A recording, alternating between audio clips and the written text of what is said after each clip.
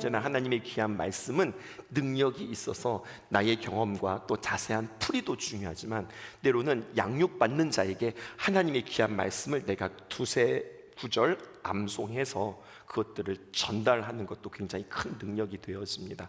계속 반복해서 여러분들 말씀 시간에 이 부분들을 강조할 거고요. 암송해야 될 세 구절 말씀, 오늘 두 구절 나가게 되어지는데 그것들 여러분들과 함께 또 새기고 그렇구나 발견하는 귀한 시간 될 수 있기를 주님의 이름으로 축복합니다. 인자와 진실과 그리고 은혜와 긍휼과 성실이 풍성하신 하나님, 5가지를 기억하셔야 돼요. 인자와 진실과 은혜와 긍휼과 성실이 풍성하신 그 하나님께서, 요한복음 3장 16절을 보니까 그 하나님이 세상을 이처럼 사랑하셨다 그렇게 말씀하셨어요. 하나님이 세상을 참 사랑하셨다고 말씀하셨어요. 그리고 그 사랑의 증거로 이 땅에 예수님을 보내주셨습니다. 그 예수님께서 이 땅에 오신 목적을 요한복음 10장 10절에서는 우리에게 이렇게 이야기합니다. 오늘 우리가 암송해야 될 말씀은 창세기 1장 28절 그리고 요한복음 10장 10절에 있는 말씀이에요. 우리 함께 읽어보시죠. 시작. 도둑이 오는 것은 도둑질하고 죽이고 멸망시키는 것뿐이요 내가 온 것은 양으로 생명을 얻게 하고 더 풍성히 얻게 하려는 것이라. 내가 온 것은 양으로 생명을 얻고 더 풍성히 얻게 하려 함이라 라고 하는 말씀이에요. 하나님의 자녀인 우리에게 하나님께서 약속하신 삶은 쉬운 삶, 편안한 삶이 아니었습니다. 하나님이 우리에게 약속하신 삶은 쉬운 삶, 편안한 삶이 아니라 어떤 삶이라고요? 풍성한 삶이라고 우리에게 말씀해 주세요. 하나님이 이걸 약속해 주셨어요. 때로 살아가다 보면 사랑하는 귀한 성도들이 쉬운 삶이 아니라 어려운 삶을 살 수도 있다는 거예요. 살아가다 보면 여러분, 우리가 편안한 삶이 아니라 때로는 거친 삶을 살 수도 있다는 거예요. 하지만 주님께서는 우리에게 한 가지 약속하십니다. 분명히 하나님의 귀한 자녀들에게는 어떤 삶을 약속해 주셨느냐? 풍성한 삶을 살도록 우리에게 약속해 주셨다는 거예요. 그러므로 우리는 풍성한 삶이 무엇이며 어떻게 풍성한 삶을 누리는지를 알아야 하겠고, 그것을 내가 맛보고 그것을 전할 수 있기를 주님의 이름으로 축복합니다. 우리는 풍성한 삶이 무엇인가, 또 그 풍성한 삶을 어떻게 우리의 삶 가운데 맛보게 할 것인가 라고 하는 건데요, 무엇보다도 그 전제 조건으로 하나님께서 우리에게 풍성한 삶을 위하여서 무엇을 하셨는지를 생각해 볼 필요가 있어요. 하나님을 믿으면 우리가 하나님으로부터 풍성한 삶을 얻게 되어지는데, 그 풍성한 삶을 주시기까지 하나님은 도대체 무엇을 하셨는가라는 거예요. 예수 그리스도께서 이 땅에 오셔서 목숨을 버리심으로 말미암아 우리에게 풍성한 삶을 약속해 주셨습니다. 요한복음 10장 10절 다시 한번 띄워주실까요? 이렇게요. 도둑이 온 것은 도둑질하고 죽이고 멸망시키는 것뿐이요 내가 온 것은 양으로 생명을 얻고 더 풍성히 얻게 하려는 것이라. 이 풍성한 삶을 위해서 주님께서 무엇을 하셨는가?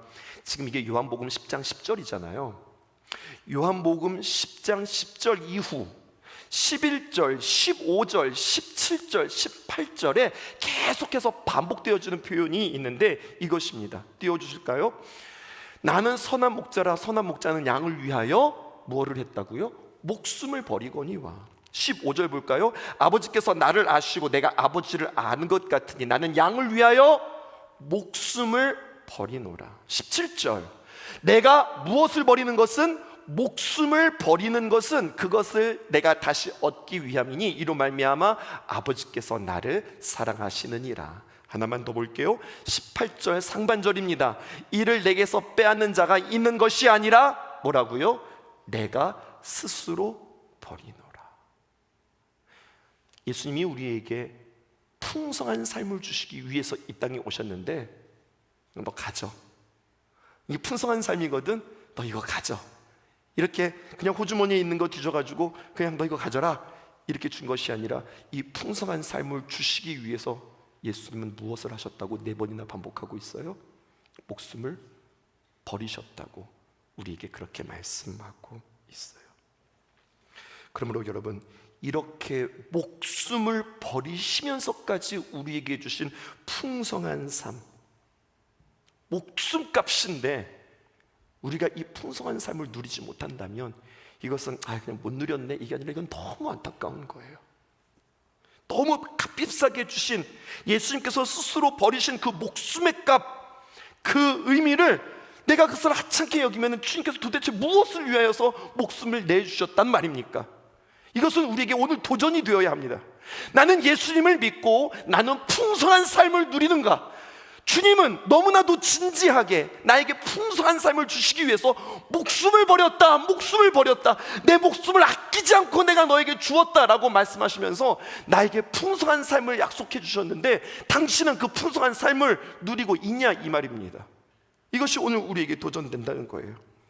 무기력하고 답답했던 신앙의 권태를 극복하고 목숨 버리시기까지 우리에게 주셨던, 그리고 그토록 원하셨던 생명과 풍성한 삶을 맛볼 수 있는 저와 여러분들 되기를 주님의 이름으로 축복합니다. 여러분, 주님께서 이 땅에 오신 이유 두 가지라고 그랬죠? 우리에게 생명을 얻게 하고 더 풍성히 얻게 하려는 것이라. 생명, 어떤 것입니까? 생명도요, 종류가 있어요. 이렇게 비유해 볼까요? 바람이 불고 있습니다. 서풍기 바람이 불든 태풍이 들든 무슨 바람이 불든 그 바람 불 앞에 있는 촛불을 생각해 보세요. 그 촛불이 얼마나 흔들리는지. 연약한 생명이 있다는 이야기를 여러분들에게 하고 싶은 겁니다. 임종하기까지, 죽음을 앞두기까지 그의 코끝에 호흡이 있어서 살아있기는 해요. 근데 그 생명이 붙어 있기는 하나, 이 생명의 질, 이 생명의 활력이 여러분 어떻게 해요? 꺼질 듯 말 듯, 꺼질 듯 말 듯한 그런 생명 아니겠습니까? 이런 생명이 있다는 거예요. 죽기 직전에 알딱알딱거리는 그런 생명이 있다는 거예요. 반면에 여러분, 우리 젊은이들의 생명을 보십시오. 혈기왕성한 청년들의 그 식욕과 그 정력과 그 힘을 보십시오. 활력 있는 그 생명 말입니다. 죽음 직전에 있는 생명과 비할 바가 아니죠. 여러분들 주님께서 우리에게 생명을 주셨는데 나는 나에게 하나님께서 허락하신 그 생명, 나의 영혼의 생명의 활력은 어떠한가? 나이와 상관없이, 나의 신앙의 연주와 상관없이 나의 생명의 활력은 어떠한가? 이것을 점검하셨으면 좋겠습니다. 예수님께서 이 땅에 오셔서 목숨을 다하기까지 주신 생명, 죽음을 앞둔 그렇게 바람에 흔들리는 그런 생명을 주신 것이 아니에요. 그렇게 살라고 우리에게 주신 것이 아닙니다. 왕성한 생명력, 풍성한 생명력을 얻기 위해서, 그리고 그것을 주기 위해서 이 땅에 오셨다고 하는 거죠. 그 풍성한 것을 경험하지 못하고 그 풍성하심을 경험하지 못하니까 우리는 어쩌면 힘있게 증거하지 못하는 것일 수도 있습니다. 그래서 여러분들과 함께 생명과 풍성한 삶을 여러분들과 함께 강조하고 이 말씀을 암송하려고 그래요. 나는 얼마나 풍성한 삶을 누리고 있는가? 또 나는 얼마나 왕성한 생명을 누리고 있는가? 그럼 이 풍성함과 이 생명이 성경에서는 무엇이라고 정의하는가? 우리가 첫 번째 암송 말씀입니다. 창세기 1장 1절 말씀 어떻게 되어집니까? 태초에 하나님이 천지를 창조하시니라. 그리고요, 하나님께서 천지를 창조하시되 말씀으로 세상을 창조하시고, 그리고 사람들을 창조하신 뒤에 그 사람들에게 제일 먼저 하신 것이 있었는데 그것은 바로 무엇이냐? 그들에게 복을 주셨어요. 그러면서 복을 주시면서 뭐라고 말씀하시느냐? 성경의 1장 28절 우리가 암송해야 할 말씀입니다. 함께 읽어볼게요. 시작. 하나님이 그들에게 복을 주시며 그들에게 이르시되 생육하고 번성하여 땅에 충만하라, 땅을 정복하라, 바다의 물고기와 하늘의 새와 땅에 움직이는 모든 생물을 다스리라 하신지라. 여러분, 오늘 보니까 그들에게 두 가지를 명령하십니다. 그들에게 이르시되 생육하고 번성해라 라고 하는 거죠. 생육하다, 주님께서 우리에게 하신 말씀이니까 우리가 이것을 이루어둬야 하겠습니다. 생육하다라고 하는 뜻이 무슨 뜻인가 라고 보았더니 영어 성경이 훨씬 이 뜻을 선명하게 우리에게 이야기해 주고 있어요. 여러분, 열매가 영어로 뭐죠? fruit이죠. fruit. 근데 여러분 이렇게 이야기해요. 생육하라라고 하는 말요, be fruitful 이렇게 표현하고 있습니다.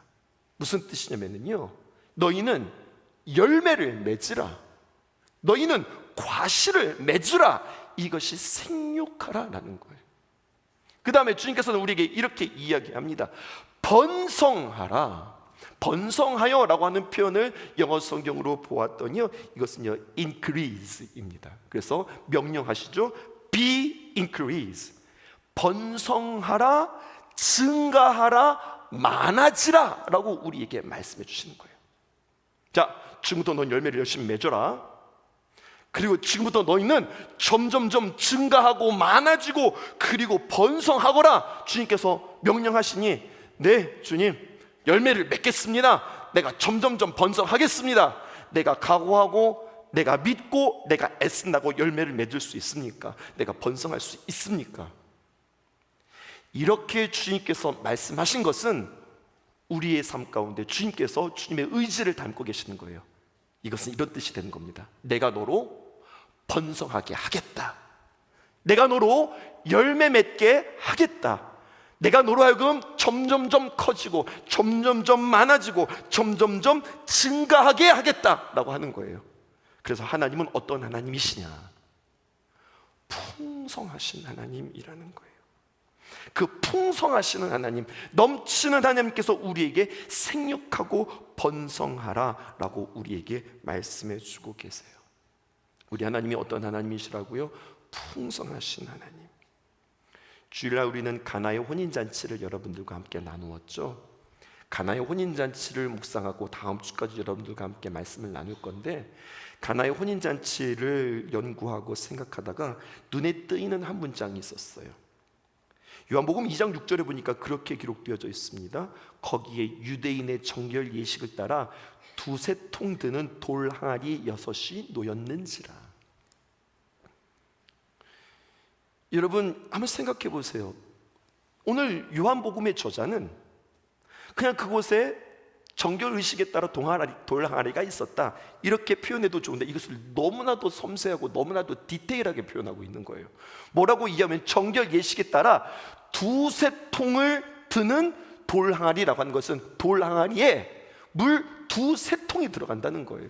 그러면 한 통이 얼마인가 생각을 했더니요, 여러분 한 통이 약 40리터가 되는 거예요. 40리터니까 세 통이 들어가니까 한 통은 약 120리터가 되는 거예요. 한 항아리, 한 돌 항아리에 물이 얼마큼 들어가느냐? 120리터가 들어가는 겁니다.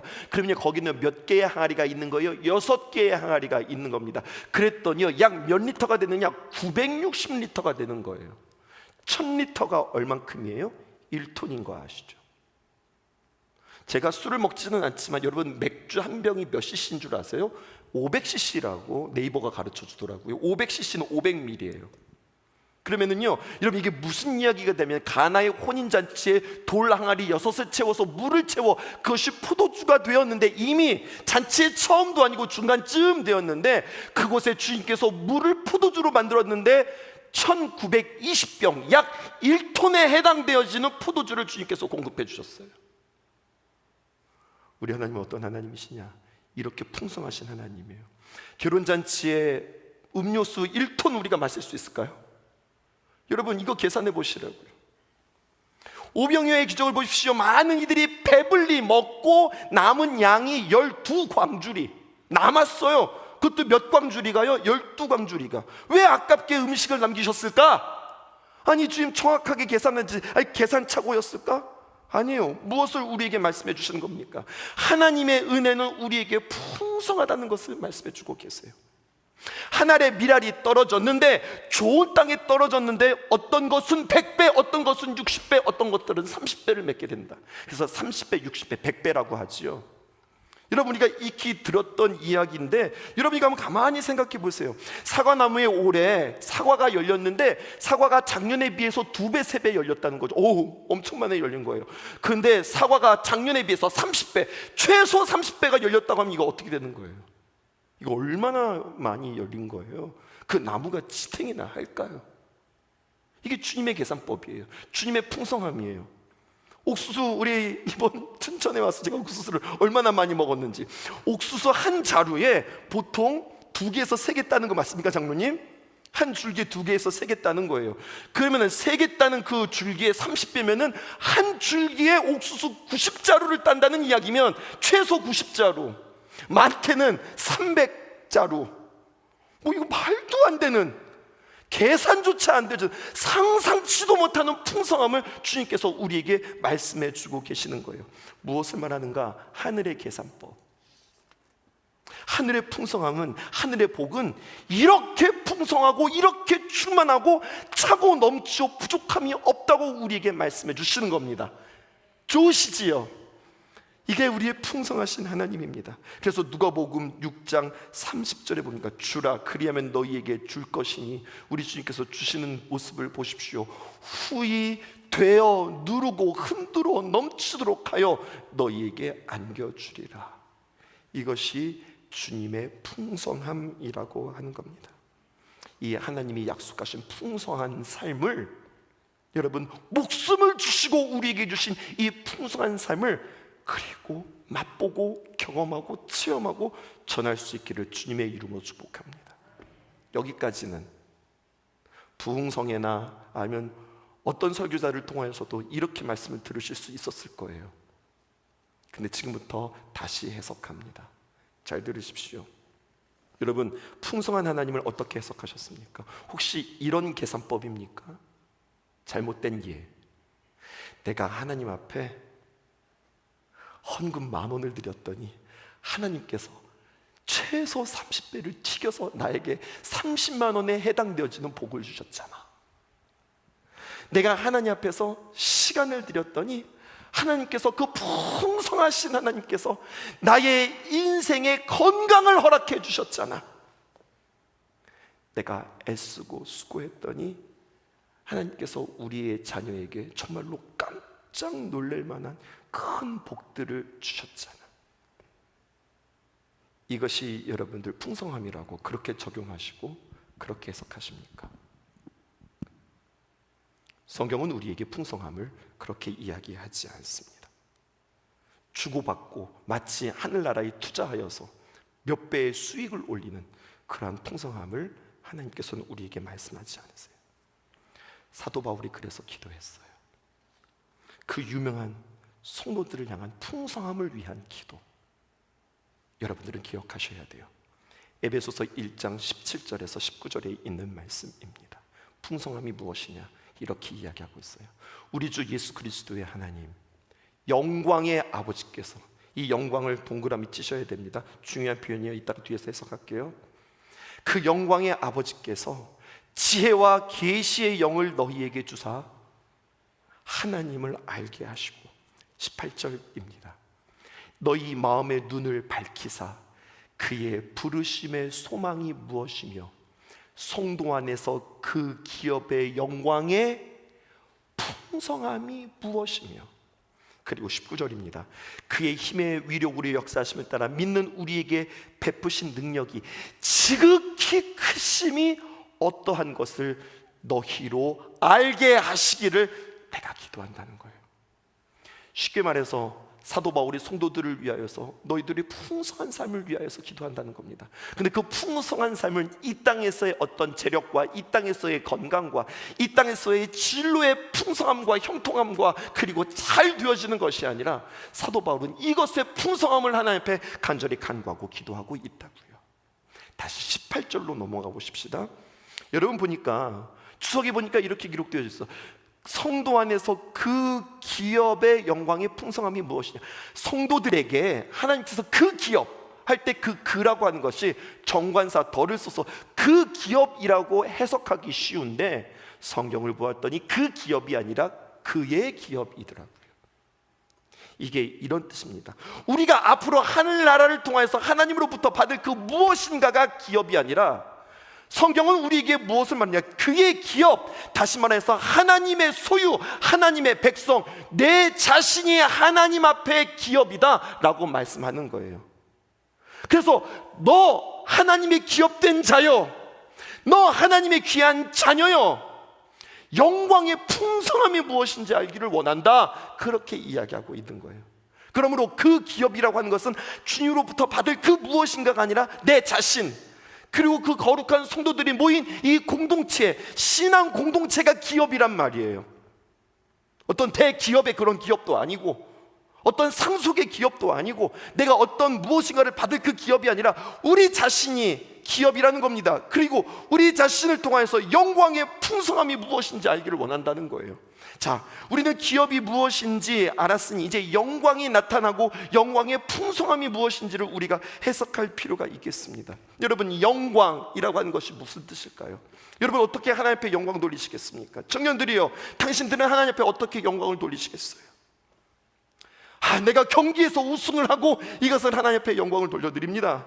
내가 입상을 하고 이건 내가 한 것이 아닙니다. 하나님 앞에 영광을 돌려드립니다. 어디에 취직하고 무엇인가를 달성하고 어떤 것에 올라서 이것은 제가 한 것이 아닙니다. 하나님께서 주신 하나님의 놀라운 능력이요, 하나님께 영광을 돌립니다. 어떤 성취가 영광이냐? 성경은 아니라고 이야기하는 겁니다. 영광이란 성경에서 가장 정확하게, 가장 쉽게 풀어내는 대목이 있으니, 놀랍게도 우리가 지금 걸어가고 있는 가나의 혼인잔치를 통하여서 영광이 무엇인지를 우리에게 너무나도 잘 설명하고 있었어요. 요한복음 2장 11절을 보십시오. 가나의 혼인잔치 끝나고 이렇게 이야기하고 있습니다. 예수께서 이 첫 표적, 가나의 혼인잔치에 있었던 그 물이 포도주로 변했던 그 사건을 통하여서 갈릴리 가나에서 행하여 무엇을 나타나셨다고요? 그의 영광을 나타나심에 제자들이 믿었더라 라고 이야기했어요. 가나의 혼인잔치에 하나님의 귀한 영광이 나타났다는 거예요. 사도 바울은 기도했어요. 뭐라고요? 성도 안에서 너희 기업된 너희여, 영광의 풍성함이 무엇인지 알기를 원하는데, 그 영광의 풍성함이 무엇이냐? 가나의 혼인잔치를 통해서 영광을 다시 한번 해석하라는 거예요. 시험에 합격해서 어떤 자리에 올라가서 아니 뭔가를 성취해서가 영광이 아니라, 그렇다면 영광이 무엇인가? 우리는 가나의 혼인잔치를 생각해 볼 필요가 있습니다. 영광이란, 경청하십시오, 물이 포도주로 변한 것이 영광입니다. 슬픔과 당황스러움이 그 잔치 가운데 있었는데 주님께서 말씀하시자 슬픔이 기쁨으로, 당황함이 흥겨움으로 변한 것이, 이것이 영광입니다. 부족했는데 주님께서 말씀하시자 충만한 것으로 변한 것이 영광입니다. 화학을 배우신 여러분, 물과 포도주는 성질이 다릅니다. 이건 물리적 변화가 아니라 화학적 변화인 겁니다. 여러분, 영광이 무엇입니까? 주님께서 말씀하시고 주님의 귀한 은혜로 말미암아 나의 삶이 변한 것이 영광인 줄 믿으시기를 바라요. 여러분, 영광이란 무엇이냐? 이것입니다. 내가 주님을 믿고 나의 시선이 바뀌고, 나의 관심사가 바뀌고, 나의 삶의 목표가 바뀌고, 나의 기준이 바뀌고, 내가 마음 두는 곳이 바뀌는 것, 그렇게 주님께서 말씀하시자 그렇게 내가 주 안에서 변화되어진 이 물이 포도주로 변하듯, 슬픔이 기쁨으로 변하듯, 나의 삶 속에서 주님께서 만져주심으로 말미암아 풍성하게, 너무나도 새롭게, 너무나도 전혀 다른 모습으로 변화시키기 위하여서 주님께서 일하시고 끝내 사망에서 생명으로 변화시키는 그 귀한 역사를 우리 주님께서 이루시며 우리와 함께 기뻐하시고, 그렇게 하나님께서 영광 받으시겠다고 우리에게 말씀하시는 거예요. 하나님께서는 구하는 이에게 성령님을 예수 그리스도로 말미암아 풍성하게 부어주신다고 말씀해 주셨어요. 그리고 그 변화는 성령님을 통하여서 우리가 변화되어지는 겁니다. 풍성하게 부어주시는, 그러므로 성령님을 우리가 구하실 수 있으셔야 돼요. 성령님을 구하여서 풍성하신 그 성령님을 우리가 맛볼 수 있기를 주님의 이름으로 축복합니다.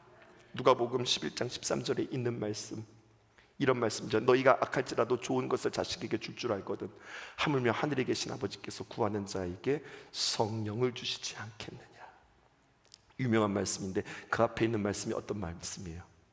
구하라 그리하면 주실 것이요, 찾으라 그리하면 찾을 것이요, 두드리라 그리하면 열릴 것이니, 이렇게 조건문과 그리고 결과로 우리에게 말씀해 주시고, 너희가 악할지라도 좋은 것을 자식에게 줄 줄 알거든.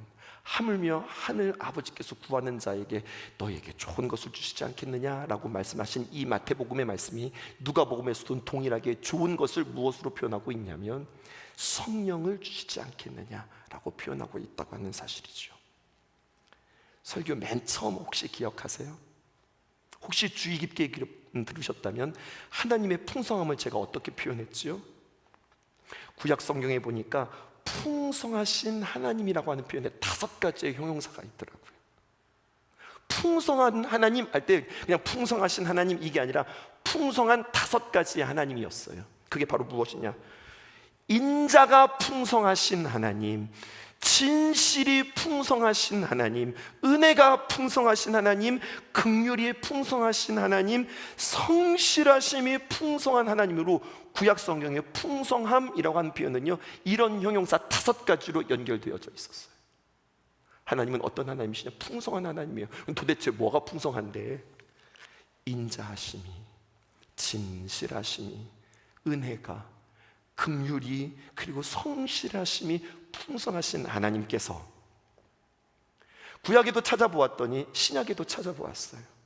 신약에도 풍성한이라고 하는 용례를 보았더니 놀랍게도 풍성한 하나님이 아니라 풍성한, 그리고 가득 찬, 충만한 하나님이 아니라 성도로 표현되어져 있는 성경 구절이 너무나도 많았어요. 앞에서는요, 풍성하신 하나님께서 풍성한 어떤 성도로 만들겠다는 거예요. 그렇게 하나님께서 영광을 받으시겠다는 거예요. 풍성하신 그 하나님께서 신약의 풍성한 그 기업, 하나님의 백성, 하나님의 귀한 자녀들을 이렇게 만들겠다고 5가지의 용례를 우리에게 말씀해 주십니다. 메모해 보세요. 하나님의 인자와 진실과 은혜와 긍휼과 성실을 통하여서 첫 번째, 사랑이 풍성한 성도. 두 번째, 지식이 풍성한 성도. 여기서 지식은 세상의 정보를 말하는 것이 아닙니다. 하나님을 아는 지식을 말하는 겁니다. 세 번째, 모든 총명이 충만한 성도. 네 번째, 말씀이 충만한 성도. 5번째, 소망, 참 소망이 충만한 성도로 주님께서 만드시겠다는 거예요. 이 하나님의 놀라운 역사, 이것이 충만함이고 풍성함입니다. 이것이 생명입니다. 사랑이 없으면 살아있는 것 같으나 죽은 인생과 같은 것이고, 하늘을 향한 지식이 없으면 모든 총명함, 인간이 어디서부터 와서 어디로 가는지, 인생의 방향과 목적과 하나님께서 우리를 창조하신 그 이유를 모르면 여러분, 생명이 있는 것 같으나 그것은 사망처럼 살아가는 인생이고, 하나님의 귀한 말씀이 우리를 살리고 하나님의 귀한 말씀으로 인해서 우리에게 믿음이 생기는데, 말씀이 없으면 믿음조차 없으니 그는 사망에 이를 수밖에 없고, 소망, 우린 기대하죠. 사람을 기대하죠. 이 땅을 기대하죠. 그런데 참 소망은 사람과 이 땅과 그 무엇으로 인한 소망이 아니라 영원한 하늘의 귀한 소망, 이것이 우리에게 참된 생명의 증거요, 이것들을 점점 더 풍성하게 우리에게 맛보게 하시겠다는 하나님의 의지인 거예요. 영광이란 뭐라고 했습니까? 존재의 변화, 가치관의 변화, 시선의 변화, 나의 마음 둠의 변화라였습니다.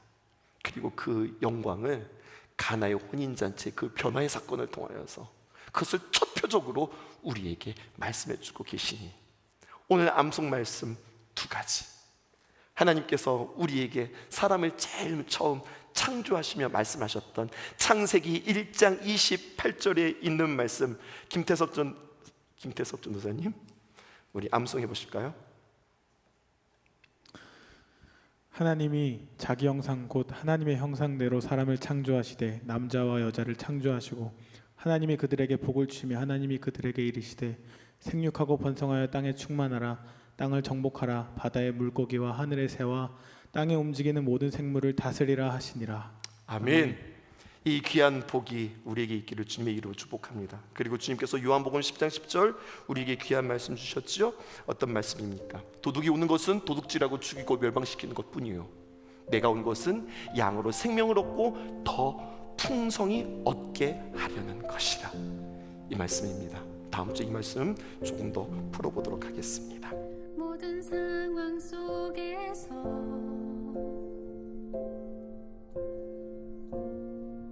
주를 찬양할지라.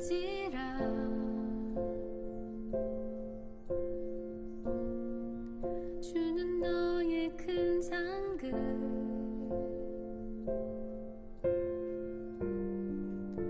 큰 도움이시라.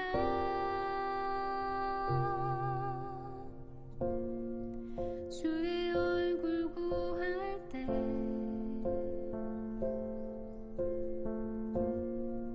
주의 영을 부으사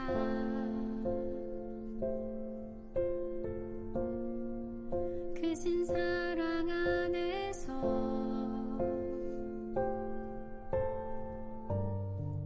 주를 보게 하소서.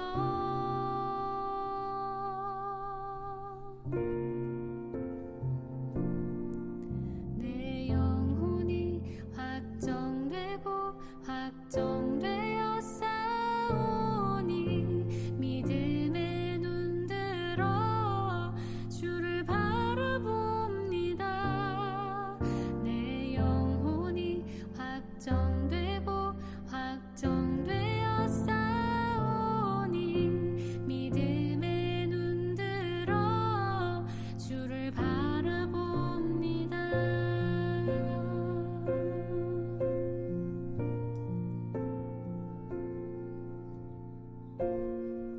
모든 상황 속에서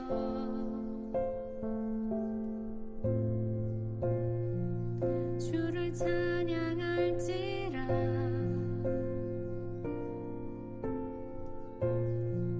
주는 너의 큰 상